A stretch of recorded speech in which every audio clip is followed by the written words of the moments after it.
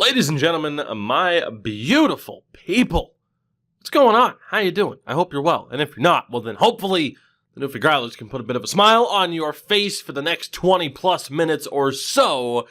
Time will tell, though, whether or not that happens. If this draft in this episode goes as well as the last draft did, though, it's going to be smiles all around. Things really couldn't have gone better for us, where it looked like we were honestly going to be completely screwed, missing out on two elite-level players. And now instead, there is one Hugo Laflamme on this roster. Indeed, he will be wearing the Halifax Highlanders throwback jersey at some point. But that was a tremendous pickup for us. And now we look at the team. Obviously, moving forward, the goaltender that we're focusing on is Cousineau. Good old Nicky Roo is what I'm going to call him the entire time. He'll still be here. He'll be a long-time member of this team, but obviously there's no real development there. Fleury, Smith, and Puistinen are going to be dropped. Of course, they were just random players to help fill out the roster over the years. So we are going to bring in Cousineau, or at least sign him. I don't know if we're immediately going to throw him to the Wolves, though. Time will tell. Hugo is going to sign his ELC immediately. And then from there, we have some players that we have to re-sign.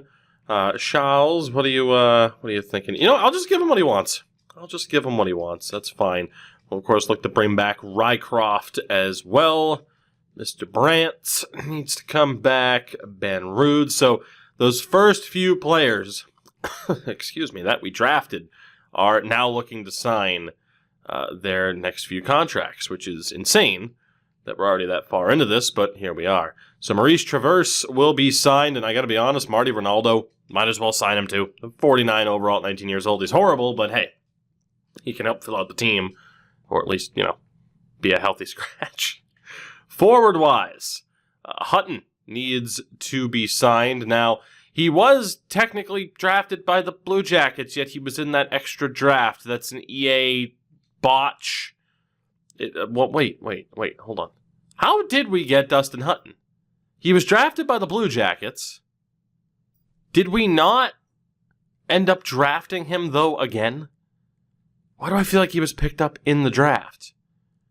I don't remember how the hell we got him. I think someone mentioned in the comments that I didn't draft him, but I could have sworn we did. I'm going to sign him for this 1 year. And if he's, if we got to get rid of him, then we got to get rid of him. But I could have sworn we drafted him, but then, someone pointed out, he was drafted by Columbus. I just don't remember how the hell he ended up on the team, though. Doesn't really make sense. David Cope is going to be dropped, unless he was one of the dudes that the AI signed. I guess that would make sense. Brady Burns will be signed. Ivan will be re-signed. Alexandra David will be signed. 23 already, and no real development to speak of. Marcourt was the other big name that we were very, very happy to draft. Takashi, will he wear the number 6'9"? Maybe. It looks like he's going to be as bad of a hockey player. Screw it. He's going to be as bad of a hockey player, in comparison to how bad Takashi is as a rapper, allegedly. And Robida will go ahead and be signed as well. Shots fired. So with that, we're pretty much good to go. Just to make sure that everybody re-signs here, and then we'll take it from there. So it looks like everybody's going to accept. Beautiful. Brings us up to 34 contracts with 15 exempt. So Cope is the only one, of course, that we're looking to drop. And Puistinen, Fleury, Smith, Johnson. Perfect. So that is good to go. We'll sim ahead to the start of free agency, double-check our staff and the coaching situation, bring on a couple of veterans on big-time contracts to not have anything readjusted, as Jonathan Taves was dropped. It's not that Jonathan Taves. We just so happened to get an AI, a staff member, with the name of Jonathan Taves. It was pretty much perfect. So, taking a look here, although again, to view our wonderful jerseys that we have here. It's so weird to me that you can only change the logo and the uniform, like you can't change the rink once you set it up. It's super weird to me. But again, obviously, like the home and away, we just, remade the Growlers jersey. But one of these days, this team, and I couldn't change the logo, but one of these days, this team will rock that uniform, maybe as we're raising a Stanley Cup. Hopefully. It's a long ways away, though. But hey, if that sounds like something your eyeballs would like to witness, stick around for another 25 episodes. So, looking here, the big thing we know that we need to change is Merrick's can no longer really be our head coach. We need to find a head coach that fits LaRue, and hopefully there will be somebody out there. I guess the question, and we can afford to do this, we can just drop you to assistant coach, and let's check with Savard here. How well do you fit LaRue? A little bit better. 35% team fit. Let's see if there's anybody out there who's an even better coach. There is Sawyer and Mason. Let's take a look here. 40%. All right, so we're going to stick with who we have here.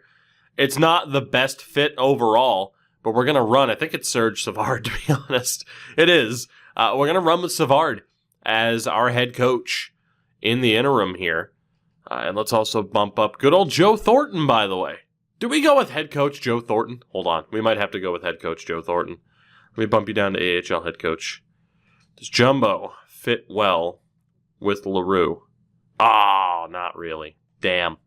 Well, he's still going to be on the bench, I would say.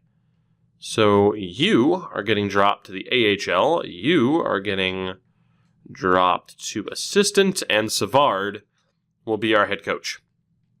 So the only thing that we really have to do is find ourselves an assistant coach at the AHL level and a goalie coach, or two goalie coaches, which is a pretty easy thing to find. Who has the highest grade and the best teaching?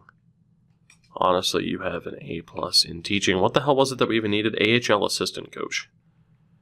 So we get to sit here and scroll up for 17 minutes because they still haven't fixed this and given us an easier way to edit this. No quick max offer, no changing individual numeric values, nothing. Just sit here and scroll for 6 goddamn years.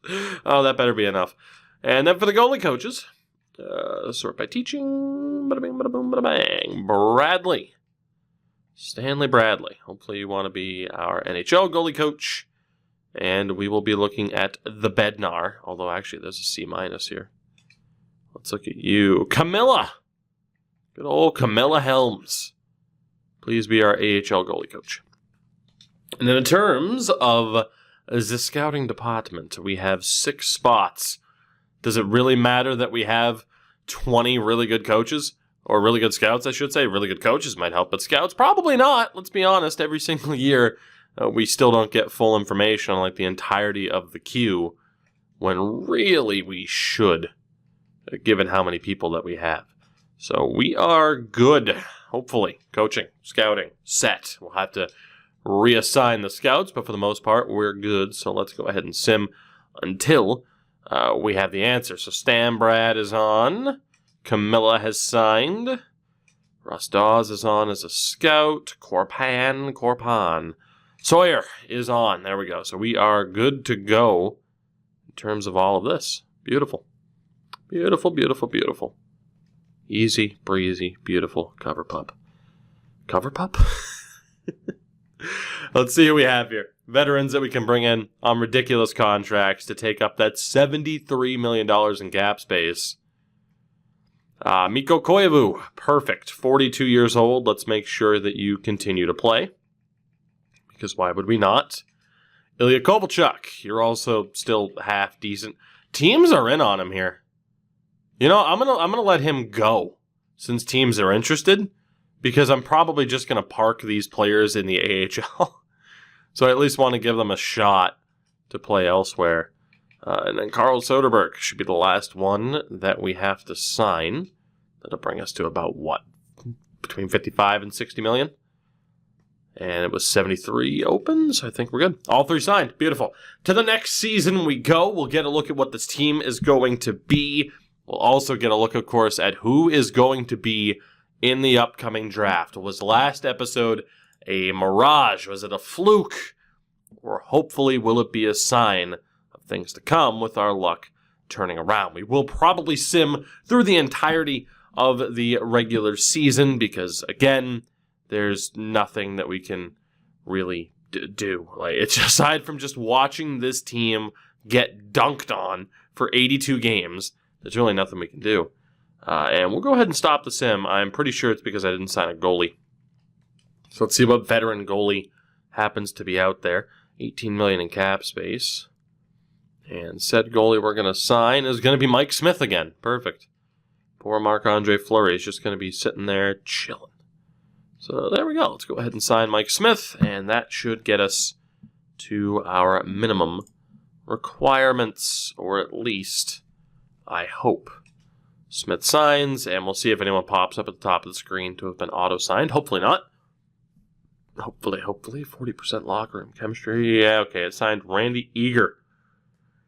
And a dude named Schaefer. Okay, it signed a couple of goalies. It must have still counted those other goalies as under the exempt status, but hey, what are you going to do?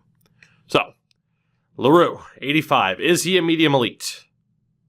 Yes, he is. People caught that in the last episode that he's gone from high top 6 to medium elite.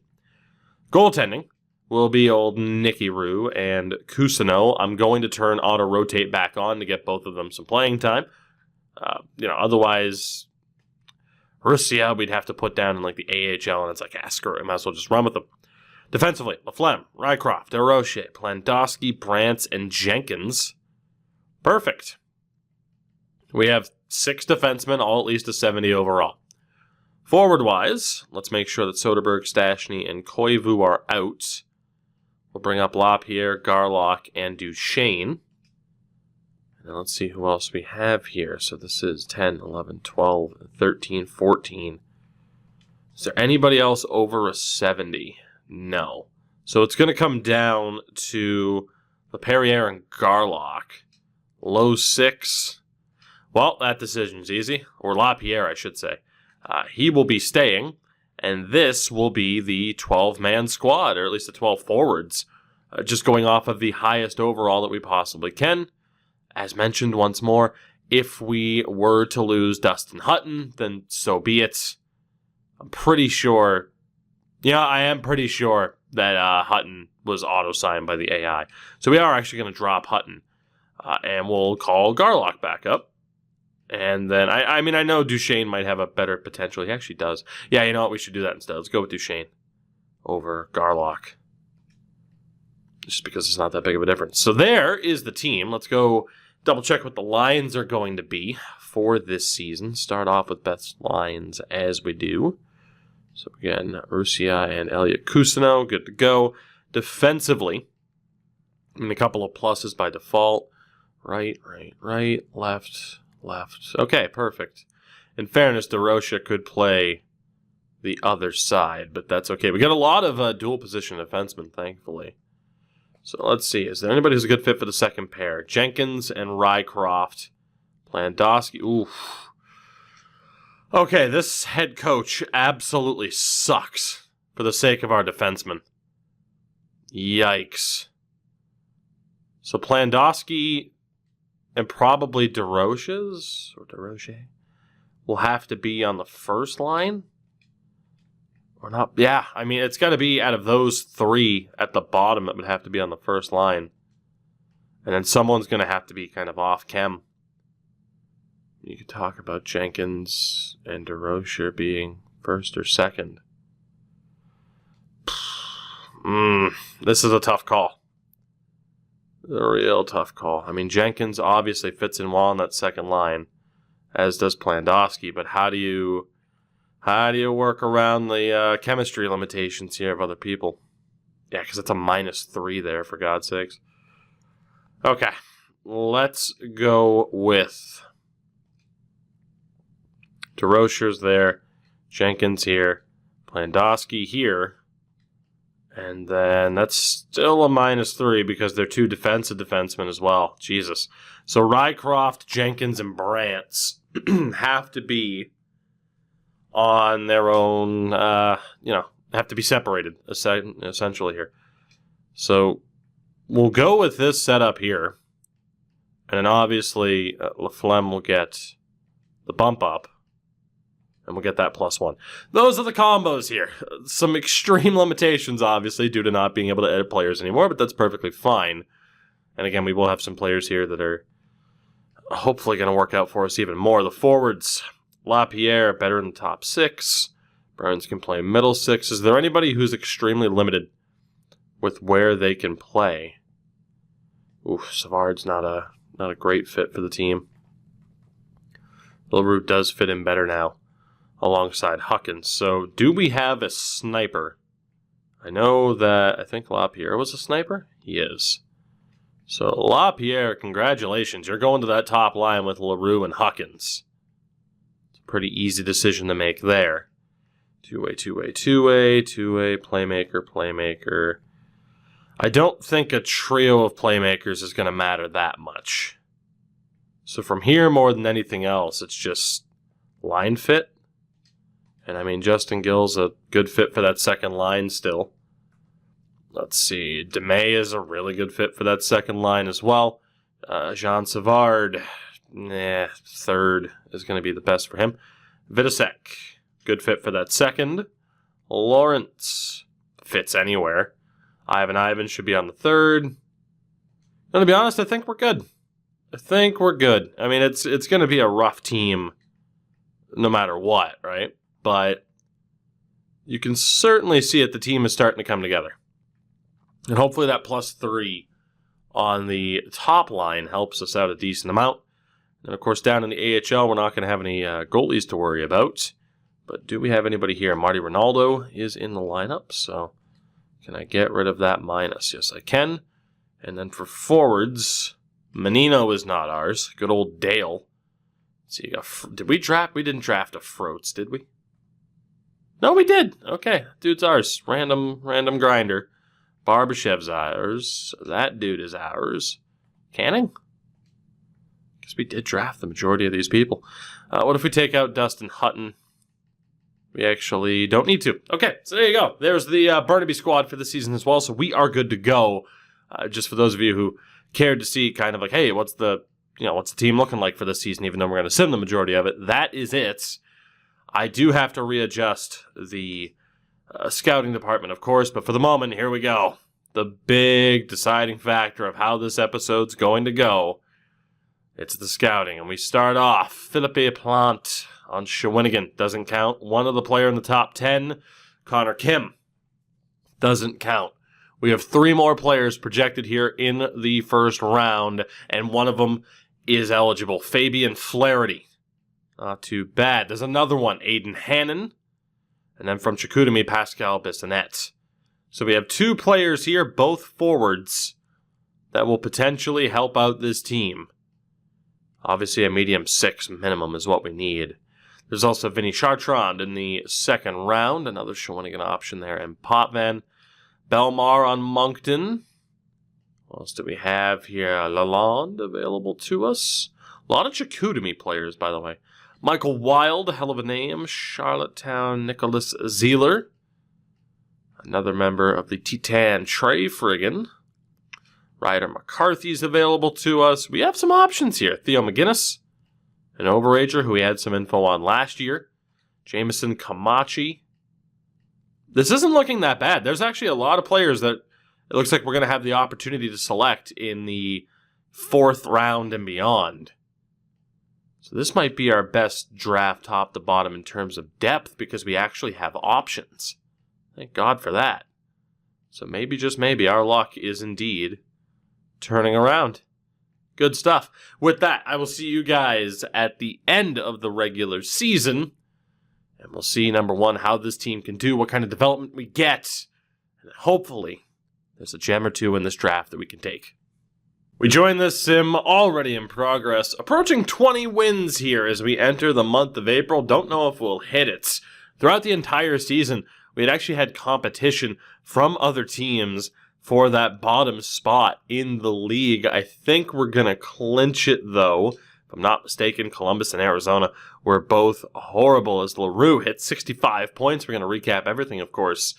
The good thing is, though, it wasn't, or maybe not the good thing, it is certainly more exciting, but we didn't have the top 5 draft pick to worry about, hence why I just waited for the entire season to sim.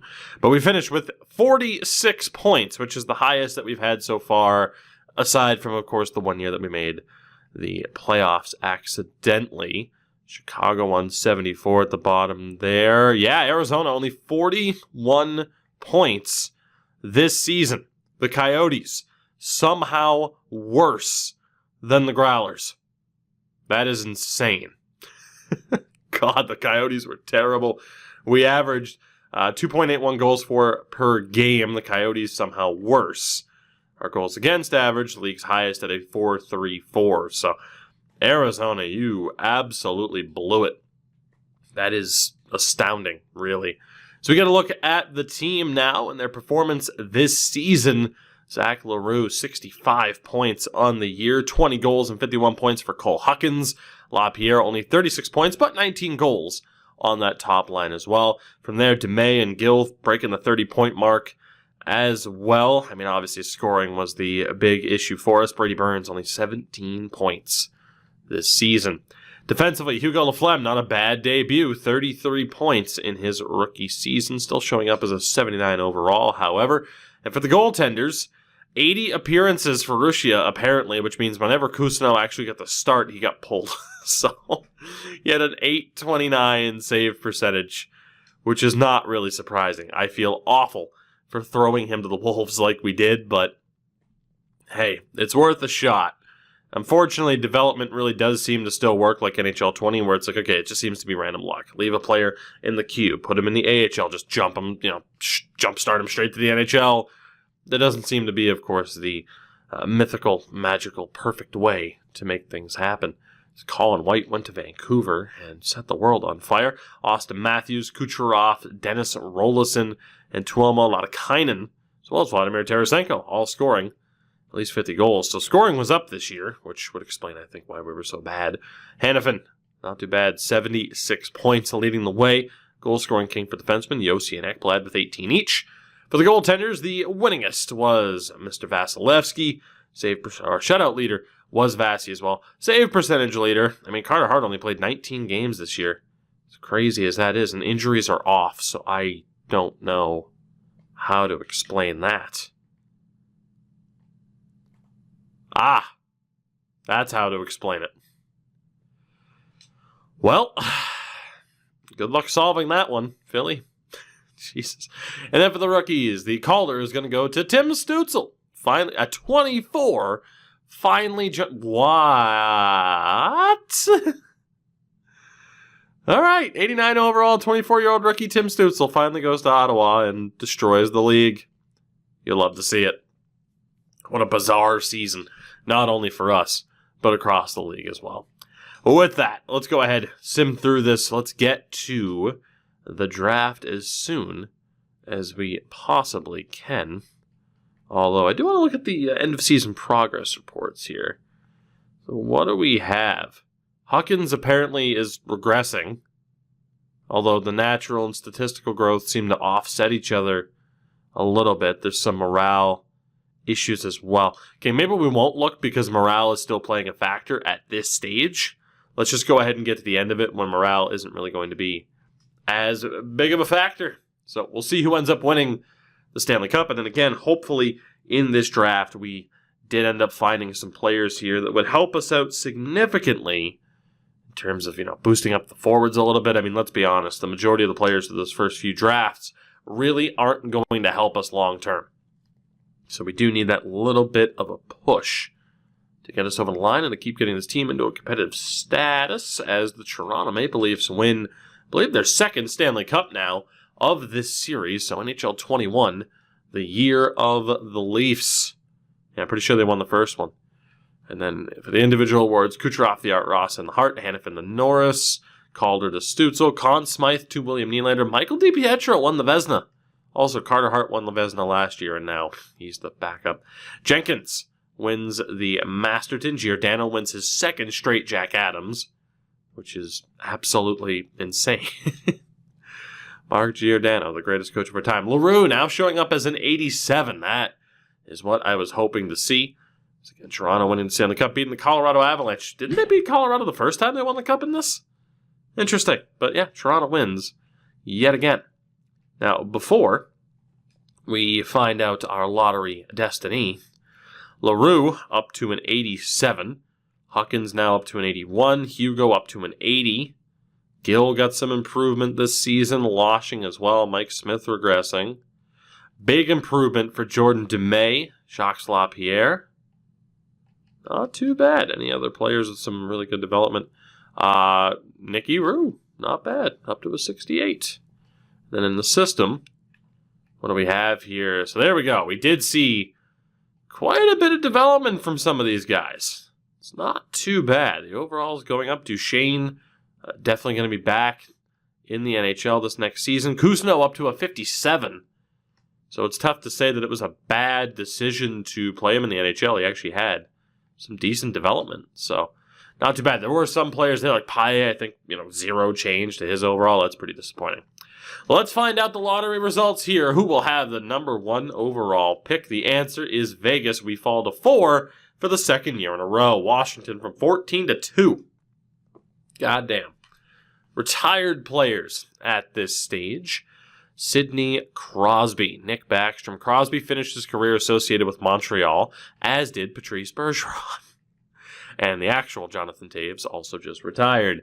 For defensemen, Shat Deuces leading the way in points.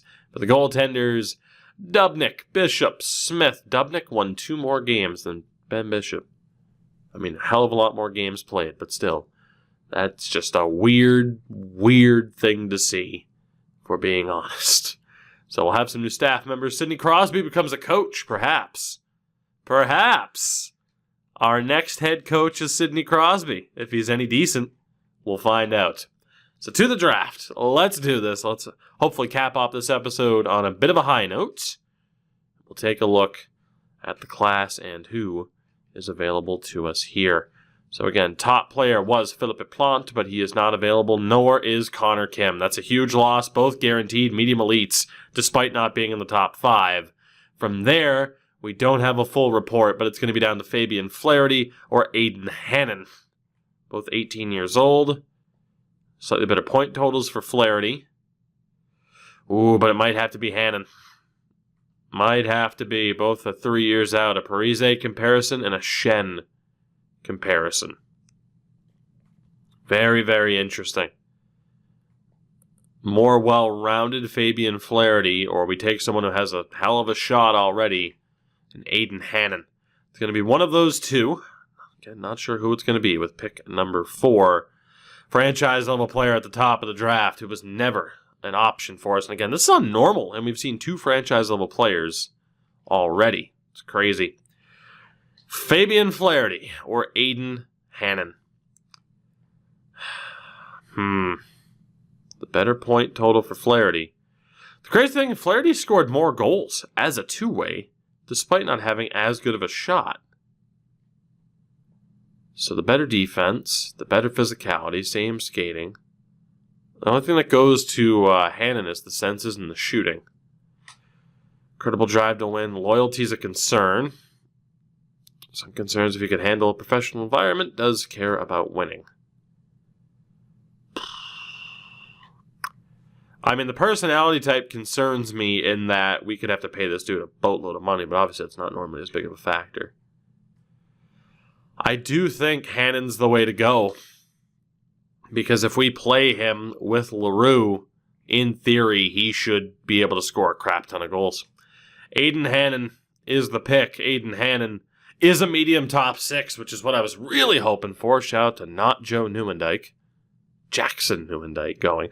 But yeah, 64 overall, medium top 6 forward added into the mix. Not too shabby at all. We'll take a look here. God, I wish some of these other guys were available to us.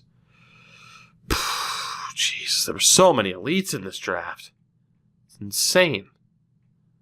How good was the other guy? Flaherty was also a 64, so we really couldn't have gone wrong. It's just we took more of an offensive player.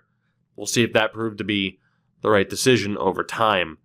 And for our next selection, ooh, Lalonde, look at that. That's looking good.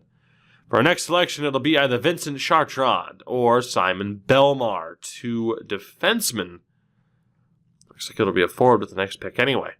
So 14 points here, 20 points for Belmar. Better discipline for Delmar. Or for Delmar? Belmar.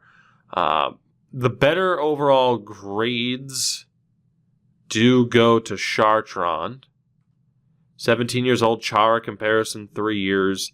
18 years old, Mark Howe comparison in 4 years. I think for that reason we have to go for Vincent Chartrand. But Belmar is likely an offensive defenseman, which means more likely to put up points, which means more likely to get statistical growth. He's probably an offensive defenseman and not a two-way. I think we're going to do the same thing here. We're going to go for someone who's a little bit more offensive. I'm going to go for Belmar over Chartrand, and we'll see if that works out. How good was Mr. Belmar? Medium top 663 overall. Not too bad. I'll certainly take a medium top 6 over a medium or low 7th like we've been dealing with here. And that brings us to the next round. We will go see, it's got to be Lalonde, I'm certain of it. But let's go see how good our other option was. 63 overall, medium top 6. So yet again, really couldn't have gone wrong. 2 decent picks no matter what. But now here in the third round. Really, we have 4 players here. No guarantees that we would get another option, right? So, unless Wild slips, he's not going to be there. So we look. Alex Lalonde doesn't have the best point total in the world. BC is bad skating, 4 years out, but listed as a gem. Ryder McCarthy, mostly B's, no defined weaknesses, 3 years out. Nick Zeeler, those grades are rough. Zeeler's out. Even if he's a medium elite, though, but he might be. And then there is Michael Wild, who, again, the stats kind of suck. So it comes down to Lalonde or McCarthy. And McCarthy has the better attributes that we know of, but Lalonde has that gem listing. And whether or not we want to trust that. And then the other 2 have medium elites. I'm probably going to go with the gem and Alex Lalonde. I feel like it could be a mistake and that McCarthy's the guy. But you know what? Let's go for him. We'll trust the scouts on this one. He is a low top 6, only a 60 overall, but maybe, just maybe, it'll work out for us. That's the first pick where I'm really second-guessing myself right after making it. Who do we have? McCarthy was also a low 6, so couldn't really go wrong. He's just a higher overall. Wild is a medium top 6. Zeeler, a medium 9. So, we probably should have gone with the other guy just because he's slightly higher rated, but maybe with this dude being a gem, he's that much more likely to develop. We go back to the queue, and no doubt about it, it's going to be Trey Friggin with this next pick, and then probably Theo McGinnis a little bit later on. And I am now officially worried about the caliber of player that remains for us here in this draft. It's not a bad draft, but it certainly doesn't look like we're going to have any incredible additions. See at the top, you got Postma, Shawinigan, Quebec. Yeah, we're in a little bit of trouble here. Just a bit. I talked about maybe from the 4th round and beyond, we might have a chance. We need to hope that Trey Friggin is a decent little defenseman here. Trey, how good are you? Low 6. Brutal. Medium top 6, medium 7th would be great. Low top 6. That's rough. Who is next? It is going to be McGinnis, as expected. From the Islanders, he is a low 9. All right. All in all, I'm going to call it right now. Not that bad of a draft. Obviously, it does not compare to what we did or who we picked up in the last episode, but it certainly could have been worse. Let's go for Camachi here, just because he has probably the best chance to actually be a little bit better than what that potential is showing. And he's a low 6. That's better than a low 7th, I suppose. And our final pick here in the 7th round, it is going to be probably Kearns. And a low 9, as brutal as that is, but 3 years out. Darren Kearns out of Cape Breton, 62 overall. So this episode will mostly be remembered, not so much for the draft, at least not initially. Some of these players, again, might become crucial members of the team, but mostly remembered again for the continued development of Zach LaRue And it could certainly set the stage with how many contracts we have coming up for the staff. It could set the stage for a complete rework of that department. But, I mean, goaltending-wise, Cousineau certainly improved. Defensively, Laflemme at least gets that point. Some of these other guys, I mean, development's certainly not going to happen, but at least our defense is in a stable position. It's a good AHL defense, at least. And then forward-wise, again, Huckins, LaRue. Huckins now up to a medium top 6. Some of these guys should still develop into decent options for us. We're going to have to drop Hutton. But some of these guys should develop into decent options for us. And again, you look here. LaRue at a medium elite. You got Huckins and then Marcourt and Hannon. There's something here. And if any of these slightly younger, excluding Lawrence, low top 6 forwards can develop, then we're really looking good. So I think we're at the point where we can continue to stay the course. We're not desperate yet. It doesn't look like we're going to fail. I drop something every episode. Just like I'm going to drop this line. If you haven't already, of course, sub to the channel. Drop a like. Do what you got to do. Please. For the love of, I don't even know. Just, hey, if you want to support me, support the channel, of course, beyond just watching. And if you're hearing this, then hey, I love you. I thank you so much. We will be back in the next one. Shout out to those of you on Patreon. If you missed it, there was an episode up yesterday. There should be another episode up as well before the end of the weekend for our exclusive series over on that side of things. Until next time, have a good one. Take it easy. Stay safe. And hope for a slightly better draft.